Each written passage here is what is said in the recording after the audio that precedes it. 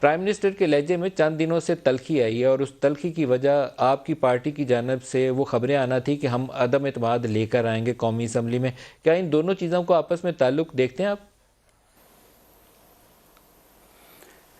نہیں دیکھیں ملک صاحب، آپ نے انٹرو میں جو ہے وہ بڑی مدلل اور ریزنیبل بات کی ہے. پرائم منسٹر تو ہے ہی نہیں، یعنی یہ حکومت جو ہے وداؤٹ پرائم منسٹر جو ہے وہ رن کر رہی ہے. ایک اپوزیشن لیڈر ہے جو ہے وہ یعنی حکومت کو ہیڈ کرنے جو ہے وہ بیٹھ گیا ہے. ان کا کوئی لہجہ، ان کی کوئی تقریر، ان کی کوئی پالیسی، ان کا کوئی عمل ایسا ہے ہی نہیں کہ وہ چیف ایگزیکٹو آف دی جو ہے وہ کنٹری کہلائیں، یا اس بارے میں ان کا کوئی جو ہے وہ عمل ہو. اب آپ مجھے بتائیں کہ آج پرائم منسٹر جو ہے وہ بہاولپور میں جا کے جو تقریر کر رہا ہے، اگر وہ ملک کا پرائم منسٹر ہے تو اسے یہ آج معلوم ہونا نہیں چاہیے کہ بہاولپور کا جو کسان ہے، جس کی تعداد جو ہے وہ لاکھوں میں نہیں کروڑوں میں ہے، وہاں کی جو آبادی ہے اس کا 75% جو ہے وہ لوگ جو ہے وہ منسلک ہیں زراعت سے. وہاں پہ لوگ جو ہے وہ 2 بوری یوریا کے لیے جو ہے وہ دھکے کھا رہے ہیں، اور یوریا کی ٹوٹل پیداوار جو ہے وہ 3 فیکٹریز جو ہیں وہ کر رہی ہیں. وہ تینوں فیکٹریز جو ہیں وہ سیمی گورنمنٹ ہیں، اور ان میں اور ایک ان کی ATM ہے، اس کی وہ فیکٹری ہے.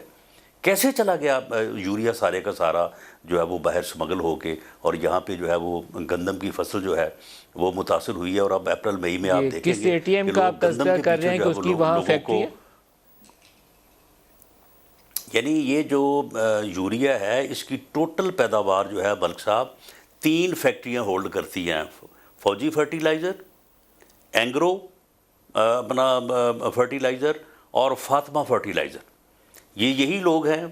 رزاق داؤد صاحب بیٹھے ہیں، ان کی کیبنٹ میں بیٹھے ہیں.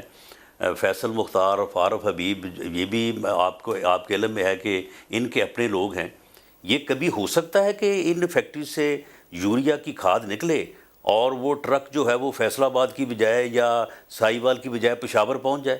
یہ ڈیلرز کو جو ہے وہ اگلے دن بلا کے ان کو فارغ کریں تو 10 آدمی پیچھے کھڑے ہیں کہ جی ہم سے پیسے بھی لیں، ہمیں ڈیلرشپ دیں. یعنی یہ ساری ملی بھگت ہوئی ہے، اور یہ اربوں روپیہ اس میں جو ہے یہ ATMs نے اور ان لوگوں نے جو مافیا کی صورت میں پرائم منسٹر کے ارد گرد موجود ہیں انہوں نے کمایا ہے، اور پورے ملک کے کسانوں کو جو ہے وہ رول کے رکھ دیا ہے. اب آپ مجھے یہ بتائیں کہ یہ پیناڈول کی جو گولی ہے، اس کی وہ ایک جو 10 گولی کی سٹرپ، وہ یہی 6-7 روپے میں ملتی تھی. آپ مجھے بتائیں کہ اب وہ کہاں چلی گئی ہے؟ اب اس کی قیمت 40 روپے ہو گئی ہے. یعنی کوئی گورنمنٹ ہے اس ملک میں؟ یعنی کسی کو خیال ہے کہ اس ملک میں کسی نے کوئی گورننس کرنی ہے؟ یعنی یہ روز OC DC بیٹھی ہے، اور روز 1.5 گھنٹہ جو ہے وہ پرائم ٹائم جو ہے وہ اس کے اوپر وہ پوری دنیا کو اپنی شکلیں دکھا رہے ہیں اور اپنی باتیں کر رہے ہیں، اپوزیشن کو گالیاں دے رہے ہیں اور اپنی کارروائیاں بتا رہے ہیں.